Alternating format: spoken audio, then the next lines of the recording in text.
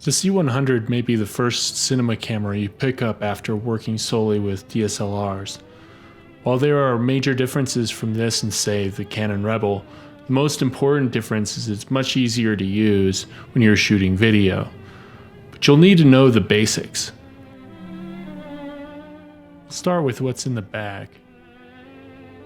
Get a camera, zoom lens, strap, AC adapter, battery, and for now, SD card. To get started, we'll first connect the lens. Take off the lens cap off the camera body, set it aside, and the lens cap on the back of the lens. Keep those two together so you don't lose them.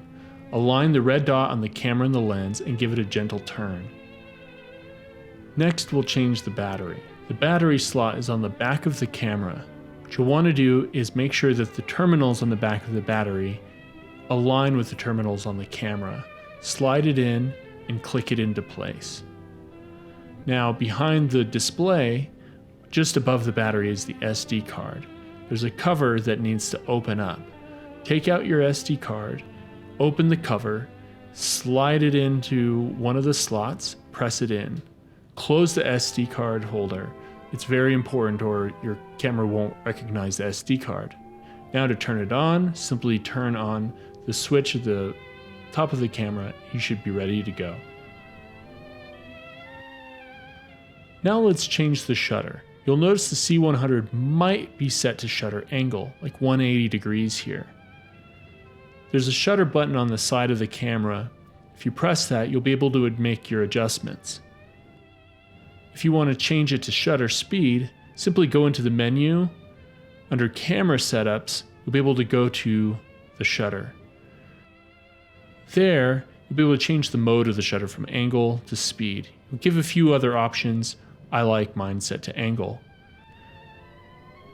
Now to make your adjustments, you just simply press that button and use the toggle switch on the menu to actually toggle through your shutter angle.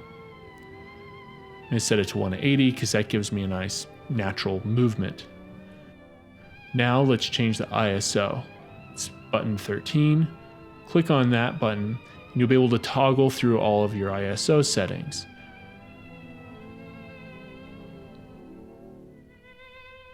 The native ISO on the C100 is 850. That will give you the broadest dynamic range. Now to change the aperture, simply use the wheel that's next to the record button, and that'll change your aperture on your camera. You'll notice it getting brighter and darker. To cut light from your shot, use the built-in ND filters. They will reduce light so you have greater control over the aperture in your shot's depth of field. Find the record button, it's in the top left-hand corner of the camera.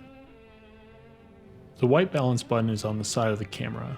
Once pressed, you'll be able to toggle through common presets like automatic white balance, sunlight, or tungsten, but we want a custom white balance. Select the custom icon that looks like a flower, A or B. Place a piece of paper in front of the camera and hold the custom white balance button on the side of the camera until the custom profile is set. The autofocus feature on the C100 will make focusing very easy.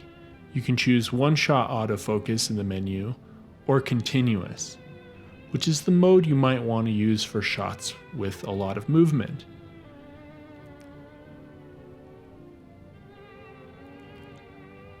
Make sure the lens that you are using has autofocus capabilities and switch it to AF.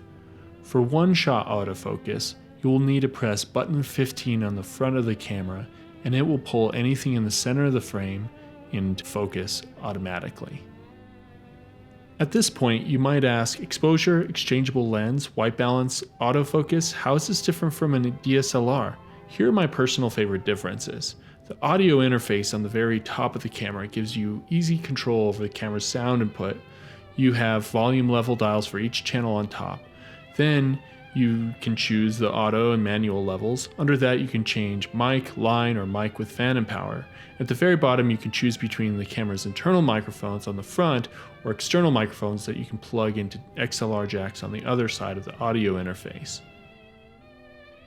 Another useful feature for video is the variety of monitors to choose from. Press the WFM button or button 16 to browse through waveform monitor, vectorscope, edge monitor, or your sound levels. Zebra stripes alert you to areas in your shot that may be close to peaking. The zebra button turns the indicator on in the monitor. It will not record these stripes on your card. You can change how close to peak white you want your zebras to indicate in the menu under OLED Setup. The C100 also gives you 2 custom zebra levels to program. While we're in the menu, I want to show you CF Lock. This setting applies the log profile to extend your camera's dynamic range to its fullest. It will make your image look very flat, so you may want to enable View Assist in the OLED setup to adjust the image to a more sightly gamma curve.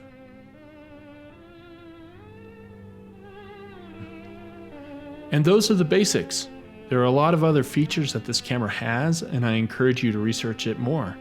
Until then, I hope you enjoyed this footage. It was all shot on a Canon C100. That was really wonderful. I'm sure glad we stayed. So am I. I wouldn't have missed out for anything.